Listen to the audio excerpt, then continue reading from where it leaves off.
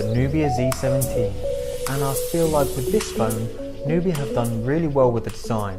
It's quite slim but also a little bit heavy, and that's mainly due to its metal build. And also because of that aluminium build, it feels very solid and well made. It also gives it a cold feeling in the hands when you first pick it up. A nice looking 5.5-inch bezel-less screen adorns the front. Here there's no physical home button, instead we have this glowing red circle. On either side of that there is the back function and the task manager, which appear as two barely visible red dots when touched. On both the corners and edges, they haven't gone with the much more rounded and curved appeal of say the Samsung Galaxy series, and even compared to recent big name smartphones such as the Xiaomi Mi 6, the overall look of the Nubia is much more rectangular.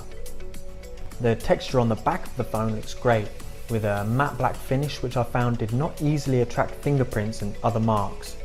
Also on the back we have the brand name Nubia, and in the upper centre a circular fingerprint scanner with a small shiny bezel around it. Overall it fits in very well with the design of the phone. Another thing I like is that they've kept the lettering of the company name at the bottom very small, whereas the red outline surrounding the dual rear cameras makes them stand out in an eye-pleasing way. Noticeably missing from this phone is an audio jack, so Nubia have provided a USB-C to 3.5mm socket converter. Also in the box you get the typical array of manuals, a charger, and a nice looking red USB cable with a rubber tie fixed on. In terms of phone colour, there's a decent amount of choice here, since you can choose between blue, red, black, gold, or black with gold. The 1080p Full HD screen shows a good degree of colour contrast and sharpness.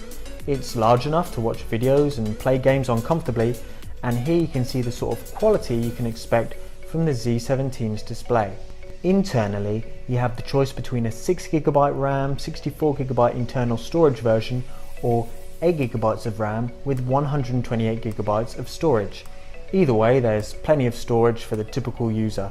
This phone is running on a top-of-the-range processor, the Snapdragon 835, and combined with a solid amount of RAM in whichever version you pick, it means that the Z17 will be running pretty much any application you can throw at it with relative ease. Not only that, but the split screen function on this phone allows you to interact with two applications on one screen at the same time. In addition to that, there's also the app clone feature pre-installed on the phone, which allows you to log into two separate accounts on one app from the same device. It's got dual SIM card capability and a decently sized 3200 mAh battery, which should keep you going with it for over a day on a full charge. As far as photo taking, there's a 16 megapixel front camera and a 12 megapixel and 23 megapixel camera on the back, sitting alongside a dual tone LED flash. The camera app offers a multitude of options for utilising these cameras, which is something I might explore in future videos. These photos are just a small example of the type of detail that can be captured using the Z17's rear cameras.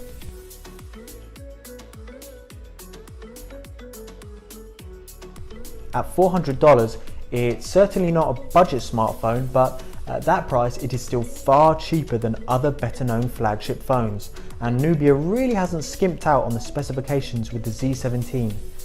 I'd recommend it for someone who doesn't quite feel like splashing out on those other flagships but still wants a top of the range phone with a smart design. If you'd like to see another video about either the photos or the performance and gaming capability of the Nubia Z17, then hit me up in the comments section below.